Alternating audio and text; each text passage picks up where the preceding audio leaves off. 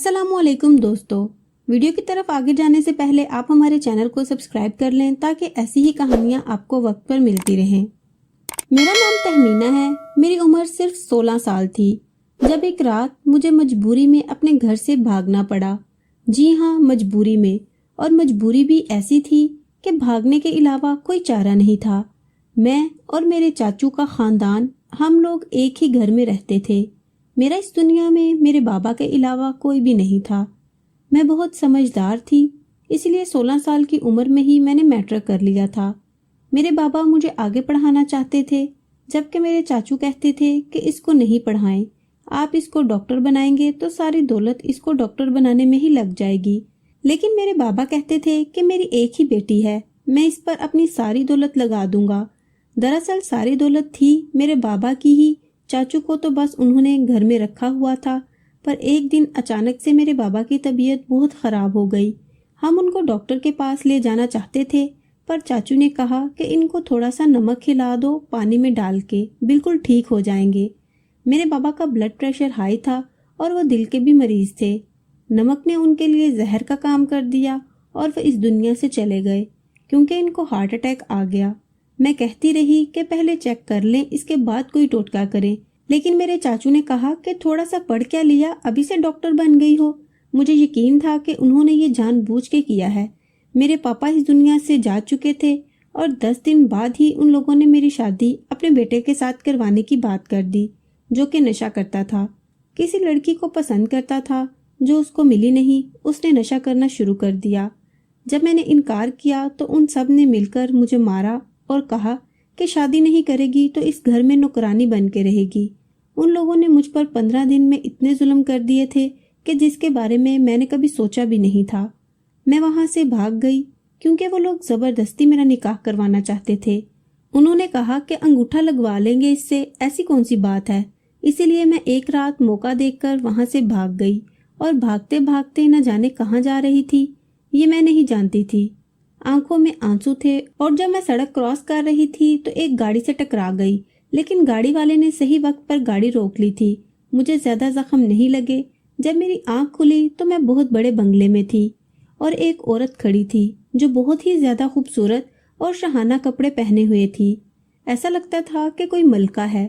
मैं उठने लगी तो उन्होंने कहा, उठो नहीं, तुम्हें थोड़ी बहुत चोटें लगी हैं, तुम्हें आराम करना चाहिए। मैंने कहा कि आप कौन हो? तो उसने कहा कि मेरी गाड़ी से ही तुम टकराई थी, लेकिन मैं तुम्हें उठाकर अपने घर ले आई हूँ। उसने पूछा कि तुम आधी रात को सड़क पर क्या कर रही थी, और मैंने उसको सारी कहानी सुना दी तो उसकी आंखों में आंसू आ गए। उसने कहा, मजबूर और बेसहारा लोगों के लिए मेरा दिल बहुत धड़कता है और ऐसे लोगों के लिए मेरे घर के दरवाजे हमेशा खुले रहते हैं। तुम इस घर में ही रह लो, बदले में बेशक तुम इस घर के थोड़े बहुत काम कर देना, जैसे कि खाना पकाना। इस तरह तुम्हें भी कोई मसला नहीं होगा। मेरे लिए तो वो औरत मेरे सारे मसाइल का हल बनकर आई थी। मैंने फौरन हाँ बोल दिया।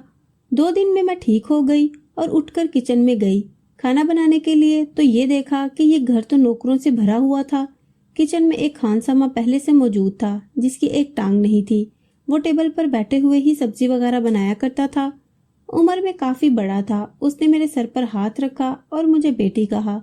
बाहर चौकीदार भी था जो काफी उम्र रसीदा था, लेकिन अभी भी काम कर रहा था। इसी तरह एक माली भी था जो बाहर लगे हुए पौधों का ख्याल रखता था। 2 नौकर थे जिसमें से एक के चेहरे पर कोई जल्दी बीमारी थी और दूसरा बहुत ही ज्यादा कमजोर था। दोनों भाई लगते थे। वो इस बड़े से महल जैसे घर को अकेले ही साफ किया करते थे। और एक लड़का रखा गया था जिसका काम बाहर से सौदा सलफ लाना था। ये थोड़ा जवान था। ये कुल मिलाकर 7 लोग थे और 8वीं मैं थी। लेकिन इस घर में तो सिर्फ एक औरत ही रहती थी, यानी इस घर में मकीनों से ज्यादा नौकर रहते थे। उन्होंने पूछा कि तुम कहाँ से आई हो, तो मैंने उनको भी अपनी कहानी सुनाई। फिर आखिर में ये कहा कि मालकिन बहुत अच्छी हैं। उन्होंने मुझे फौरन घर में पनाह दे दी। इस बात पर वो खामोश हो गए। किसी ने भी ये नहीं कहा कि हाँ वो अच्छी हैं, जबकि उनको देखकर ऐसा लगता था कि उनको और कहीं भी काम मिलने वाला नहीं था। फिर भी वो इस घर में काम कर रहे थे, लेकिन उनकी जुबान से बीबी जी के लिए एक भी अच्छा लफ्ज अदा नहीं होता था। 1-2 हफ्ते में ही ये बात समझ गई कि वो अपनी मालकिन से नफरत करते थे।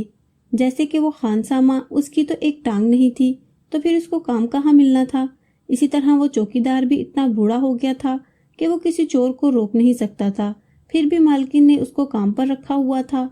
और वो सफाई करने वाले नौकर जो आपस में भाई थे, इसमें से तो एक को इतनी सख्त जल्दी बीमारी थी और दूसरा बहुत ज्यादा कमजोर था। उसकी हालत नहीं थी, मालिक के भी हालात बुरे थे। सिर्फ एक वो सामान लाने वाला लड़का ही थोड़ा बहुत ठीक था, लेकिन उसके बारे में पता चला कि उसके दिल में सुराख है। ये सारे लोग तो बहुत ही ज्यादा मस्कीन और गरीब थे। उनको चुपचाप यहाँ पर काम करना चाहिए था और मालकिन का शुक्रिया अदा करना चाहिए था। शाम हुई तो मालकिन ने मुझे कहा कि चाय बनाओ, और मैं चाय बनाकर उनके कमरे में चली गई। फिर उन्होंने मुझे कहा कि मेरे पाँव दबाओ। मैं खुशी खुशी उनके पाँव दबाने के लिए बैठ गई। जिसने आपके लिए इतना किया हो तो आप भी उसके लिए बदले में कुछ ना कुछ करना चाहते हैं, और मैं उनके लिए ज्यादा कुछ नहीं कर सकती थी। उनकी खिदमत करके ही उनका एहसान उतार सकती थी, इसलिए ना नहीं करती थी। मैंने उनको ये बात कह दी कि आपके सारे नौकर बड़े ही एहसान फरामोश हैं। उन्होंने कहा कि क्या बात है, ऐसा क्यों कह रही हो। मैंने कहा कि वो लोग आपकी कभी कोई तारीफ नहीं करते, जबकि आपने उनको काम पर रखा हुआ है। उन्होंने कहा कि अच्छा तो ऐसा है। मैंने कहा कि हाँ बिल्कुल, अगर मैं आपकी तारीफ करूं तो वो चुप हो जाते हैं और कहते हैं कि ज्यादा तारीफ करने की जरूरत नहीं है, अभी तो तुम नई हो। वो किसी सोच में पड़ गई। उन्होंने कहा कि ठीक है, तुम चली जाओ और जाके आराम करो। मैं अपने कमरे में चली गई। यहीं पर रहने के लिए सबको छत मिली हुई थी। ये भी कोई छोटी बात थी भला, और सबकी तनख्वाहें भी बहुत अच्छी थी। मैंने कहा मुझे तनख्वाह की जरूरत नहीं है, मैं बस यहाँ पर रहने लगी। पर वो मुझे भी तनख्वाह दे रही थी और मेरे पैसे खर्च होते ही नहीं थे। मैं उन पैसों को जमा कर रही थी। सुबह हुई तो मेरी आंख चीखने चिल्लाने की आवाजों पर खुली। मैं हैरान रह गई कि ये सब कुछ क्या है, कि किसी ने कोई टीवी लगा रखा है।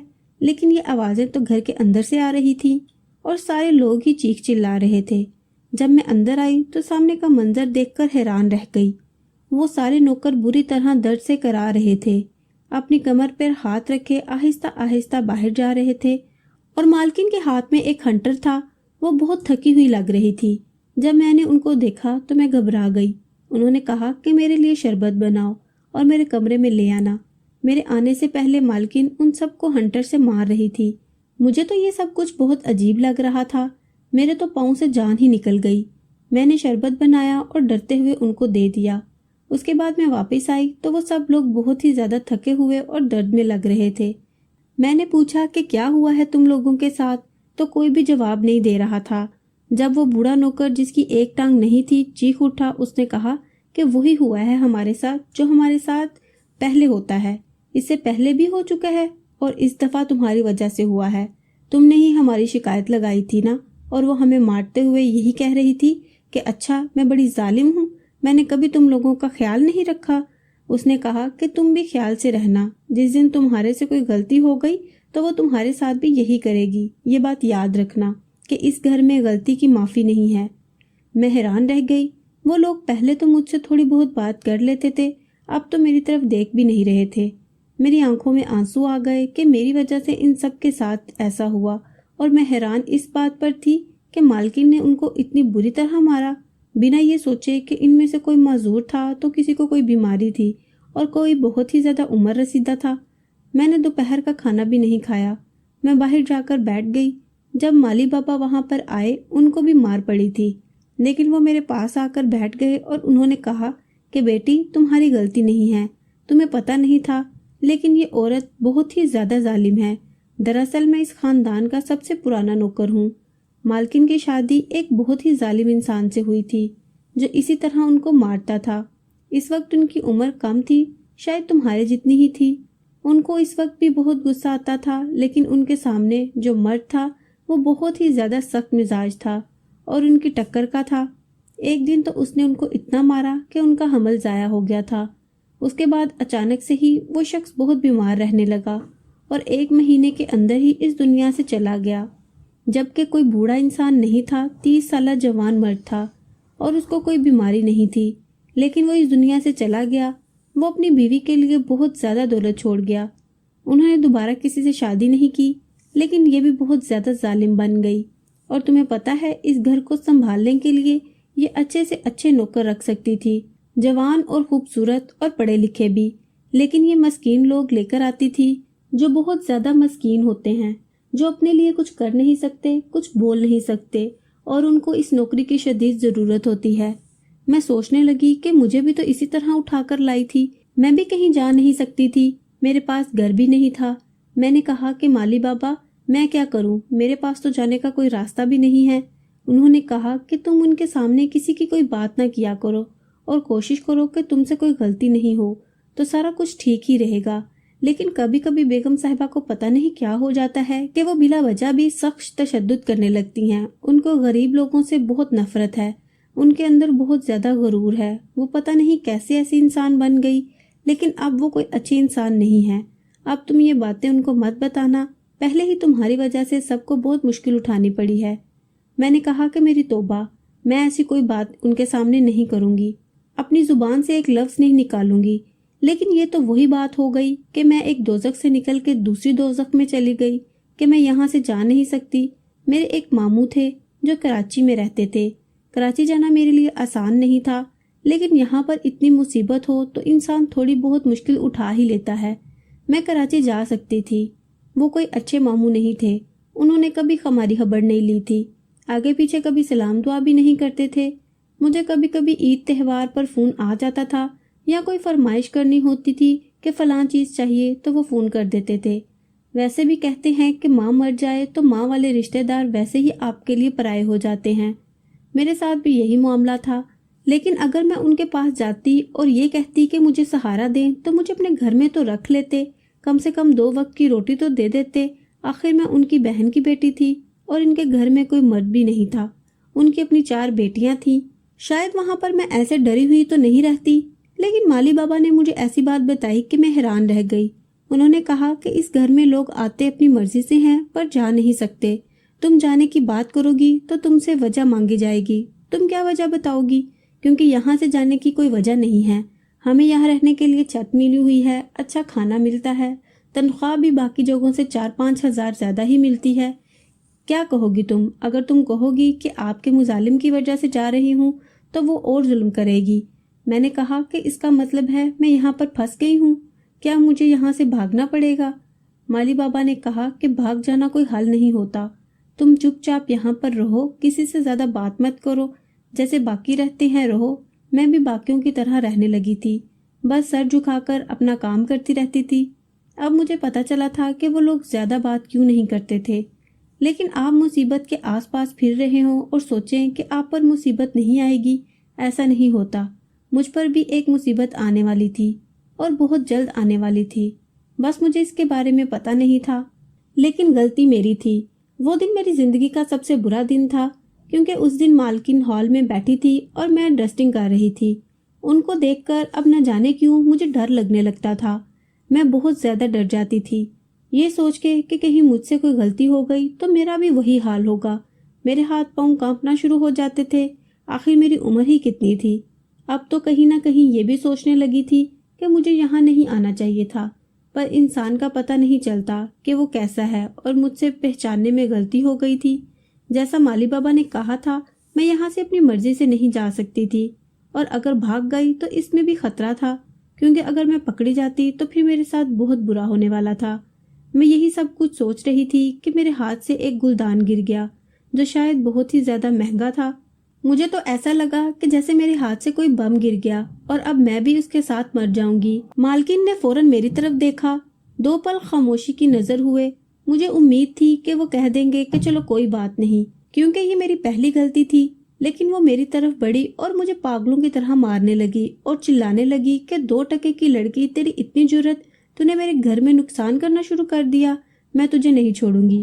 اور پھر میرے ساتھ بھی وہی ہوا جو گھر کے باقی نوکروں کے ساتھ ہوتا تھا۔ مجھے ایسا لگ رہا تھا کہ میں کسی برے خواب میں ہوں، لیکن یہ خواب بہت زیادہ لمبا تھا۔ جب خواب ٹوٹ گیا تو میری حالت بہت بری تھی، میں بری طرح رونے لگی اور میں نے آسمان کی طرف دیکھا کہ میرے ساتھ یہ سب کچھ کیوں ہو گیا تھا۔ اس سے اچھا تو میں اپنے کزن سے شادی کر لیتی، کم سے کم میرے ساتھ اتنا برا سلوک نہیں ہوتا۔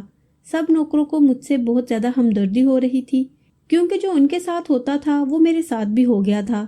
میں بہت زیادہ تکلیف میں تھی، لیکن اگلے ہی دن مالکن کا حکم تھا کہ میں ہی کھانا بناؤں، کیونکہ میں بہت اچھا کھانا بنایا کرتی تھی उनको मेरी हालत की कोई परवाह नहीं थी।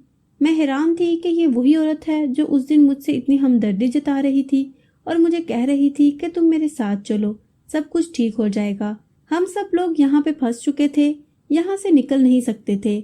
सब लोग यहाँ से निकलना भी चाहते थे, लेकिन यहाँ से निकलने का ये मतलब था कि फिर हमें कोई काम भी नहीं मिलता और हमारे सर पर छत भी नहीं रहती। इसीलिए हम लोग यहाँ के कैदी बन गए थे।